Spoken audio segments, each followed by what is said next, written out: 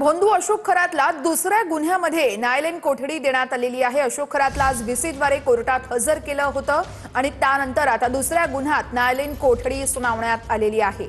भोंदू खरात प्रकरणी मोठी अपडेट म्हणावी लागेल, कारण भोंदू खरातला दुसऱ्या गुन्ह्यामध्ये न्यायालयीन कोठडी सुनावण्यात आलेली आहे।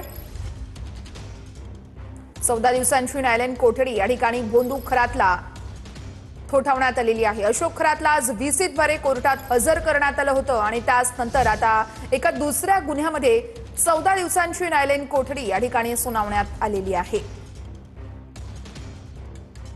आपण बघतोय अशोक खरात प्रकरणात नवनवे खुलासे होत असतानाच आज सुनावणी झालेली आहे आणि आजच्या सुनावणीमध्ये एका दुसऱ्या गुन्ह्यात न्यायालयीन कोठडी सुनावण्यात आलेली आहे। तब्बल 14 दिवसांची ही कोठडी असणार आहे। तर तिकडे शिर्डी पोलीस देखील जमीन व्यवहारासंदर्भातल्या प्रकरणात अशोक खरातचा ताबा मागणार असल्याची माहिती मिळू शकते।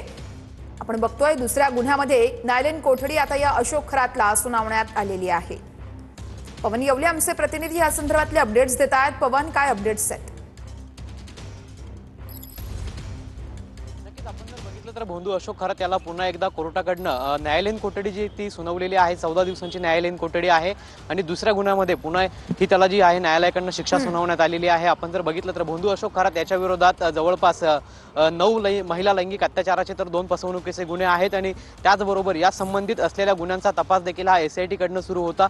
आज भोंदू खरात याला कोर्टात हजर केल्यानंतर या ठिकाणी दोन्ही पक्षांकडनं युक्तिवाद करण्यात आला आणि त्यानंतर दोन्ही पक्षांचा युक्तिवाद ऐकून घेत कोर्टानं जे आहे ते भोंदू अशोक खरातला पुन्हा 14 दिवसांची न्यायालयीन कोठडी जी आहे ती दिलेली आहे आणि पुन्हा एकदा SITचं पथक जे आहे ते न्यायालयाकडनं पुन्हा भोंदू अशोक खरात याचा ताबा घेऊ शकतात। कारण की आपण जर बघितलं तर 8 दिवस हे जे बाकी आहेत आणि 8 दिवसामध्ये या संपूर्ण प्रकरणाचं चार्जशीट दाखल करायचं आहे। त्यामुळे कुठेतरी तपासाला हा वेळ जो आहे तो आपल्याला कमी असल्याचं पाहायला मिळतंय। दरम्यान भोंदू अशोक खरात याच्या प्रकरणातील जे काही आर्थिक व्यवहार होते त्या संदर्भातला तपास जो आहे तो आता ईडीच्या माध्यमातून केला जाणार आहे। तर जादूटोणा असेल, महिला लैंगिक अत्याचार असेल या संदर्भातला तपास जो आहे तो आता SITच्या पथकामार्फत केला जाणार आहे। मात्र आता सध्या आपल्याला या ठिकाणी भोंदू अशोक खरात याला 14 दिवसांची न्यायालयीन कोठडी सुनावल्याचं पाहायला मिळते। वर्ष निश्चितच पवन, या संदर्भातले अपडेट्स घेत राहू। तर तास धन्यवाद।